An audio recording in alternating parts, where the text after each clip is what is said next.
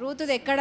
మోయాబు దేశం. మోయాబీలు ఎవరు అని అంటే లోతు ద్వారా వచ్చినటువంటి సంతానం. వారంటే దేవునికి కొంత బాధ, ఆయాసం, దుఃఖము, దేవునికి అవమానం తెచ్చినటువంటి జనాంగం అయి ఉన్నారు.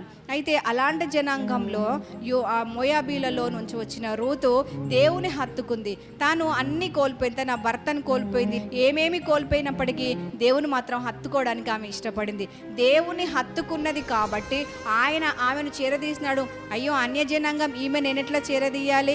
వీరి సంతానం అంతా వీరు అక్రమ సంతానము, వీరు ఏమాత్రము నీతి కలిగిన వారు కాదు, వీరంటే నాకు ఇష్టం లేదు, అందుకే ఆ జనాంగం నుంచి వచ్చిన ఈ రూతును కూడా నేను ప్రేమించను, ఆమె నన్ను ప్రేమించినా నేను ఆమె దగ్గర తీయను అని దేవుడు అనుకోలే. మన దేవునికి ఏమిటి? పక్షపాతము లేని దేవుడై ఉన్నాడు. కాబట్టి దేవుడు ఆయన పక్షపాతం చూపించకుండా రూతు విషయంలో ఆమె దేవుని వైపు తిరిగినప్పుడు ఆయన చేరదీసినాడు. హల్లెలూయా. మన దేవుడు పక్షపాతము లేని దేవుడై ఉన్నాడు. మనం ఈరోజు ఏ రకంగా పక్షపాతం అనుభవిస్తున్నామో ప్రతి విషయంలో దేవుడే మన పక్షంగా న్యాయము తీర్చునుగాక.